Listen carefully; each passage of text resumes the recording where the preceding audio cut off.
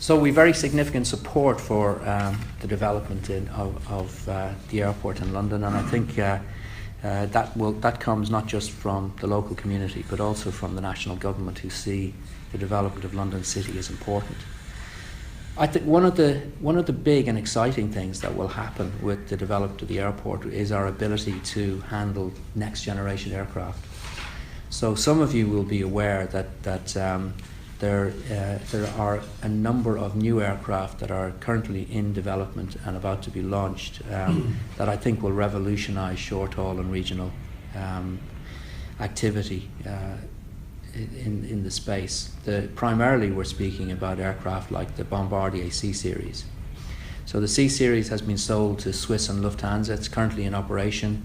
We expect to be certifying that aircraft for use at London City Airport within the next month or so, and it'll start operations this year at London City Airport.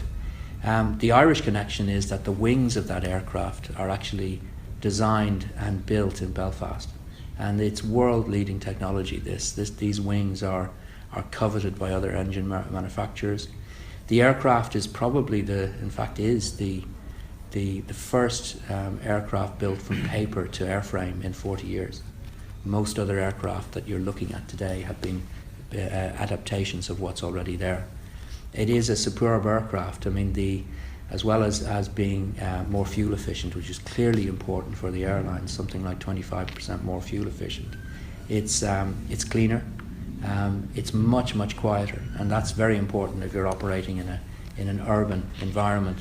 But what's really exciting is its range. So from London City Airport today, we have an optimum range of about 1,000 nautical miles. So it takes aircraft fully loaded and economically loaded, if you like, down from London City Airport down to the toe of Italy and slightly beyond.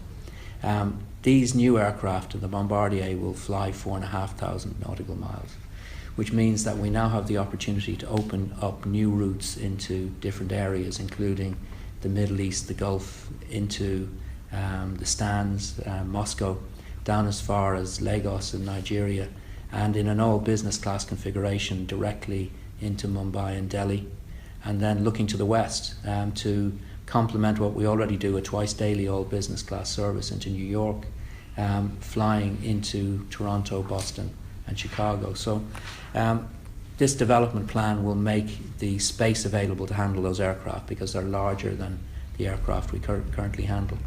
And they're not the only ones. We've got Embraer with the E2 due to produce its first aircraft for operation in 2019. Mitsubishi already have 6 aircraft testing in the States and expect to have them available at the same time.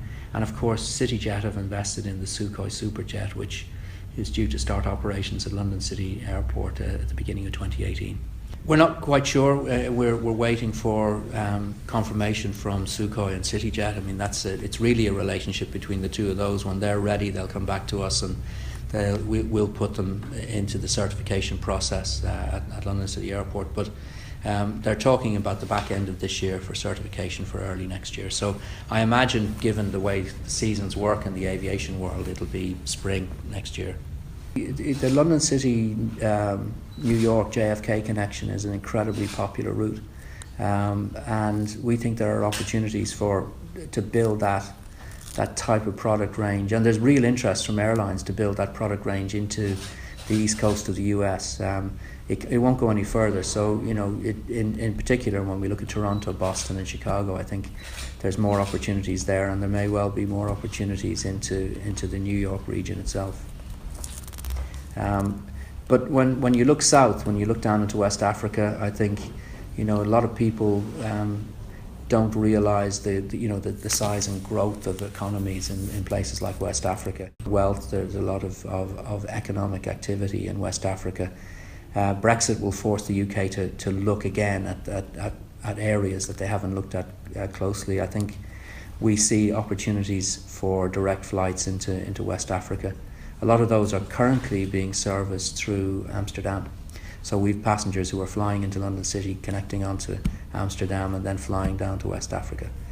And then when we look to the east, clearly, you know, the east will continue to suck business in. the new airport in Istanbul is going to rival Dubai in a major way.